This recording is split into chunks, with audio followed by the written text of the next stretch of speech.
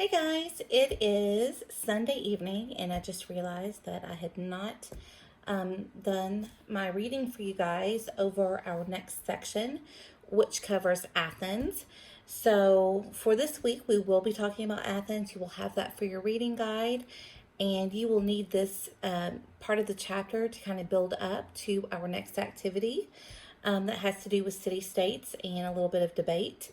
So, without further ado, this is section 3 on Athens, and it begins on page 168. Northeast of Sparta, another city state developed that had a very different philosophy about living than the Spartans. This polis, located on the Aegean coast, was Athens. Like Sparta, the location of Athens was strategic. Like all other Greek city-states, Athens was first ruled by kings. However, about 750 BC, some Athenian nobles, merchants, and manufacturers took over the government. They set up an oligarchy, or form a government in which a few people have the ruling power. Fights broke out between them and the farmers and artisans over land ownership. So they try to have this oligarchy, and only a few people would be in charge. And of course, people did not like that. So a lot of fights broke out between the farmers and the artisans over who would own the land. The upper class Athenians did not want these fights to turn into an uprising against the government. They agreed to make reforms. To do this, they had to change the government. The first attempt to change the government was made by Draco, a noble. Draco, however, failed because his punishments were too harsh. Then, in 594 BC, a rich merchant named Solon was chosen to undertake the task.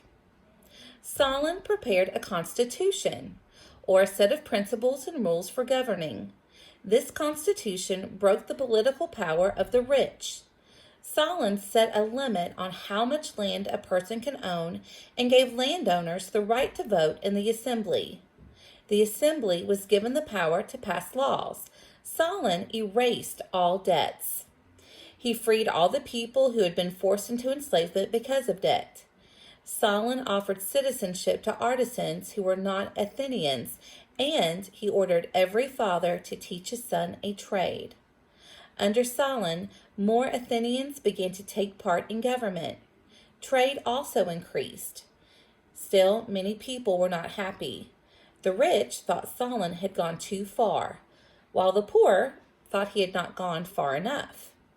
By the time Solon had left office, he had lost much of his original popularity.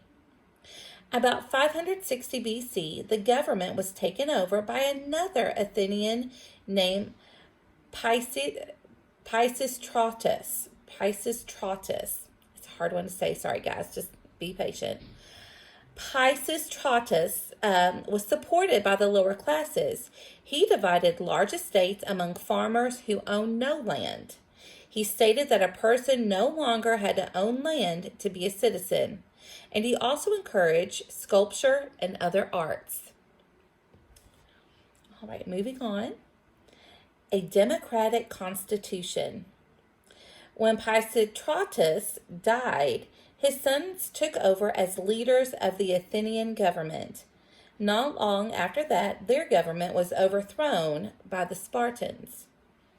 In 508 BC, the Spartans themselves were overthrown by a noble named Clisthenes.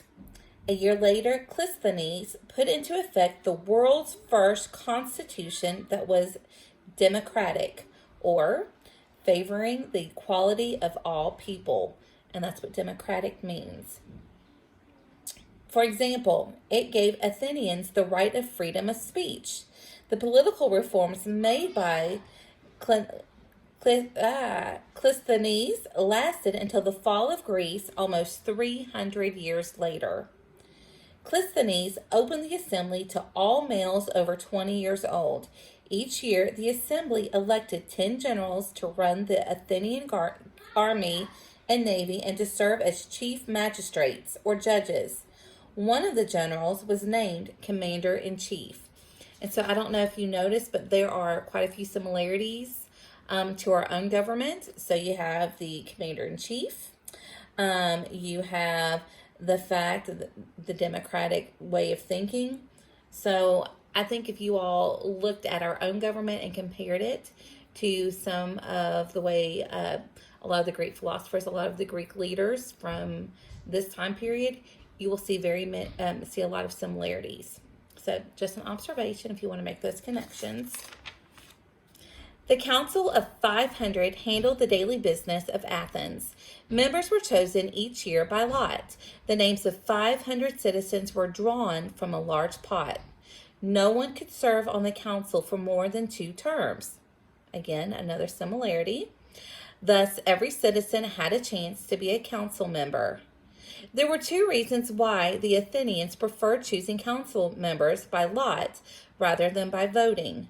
First, they believed that in an election, people who had money or who could speak well would have an unfair advantage.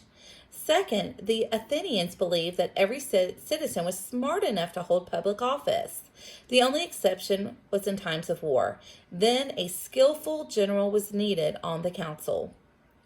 Under Clisthenes, citizens were required to educate their sons.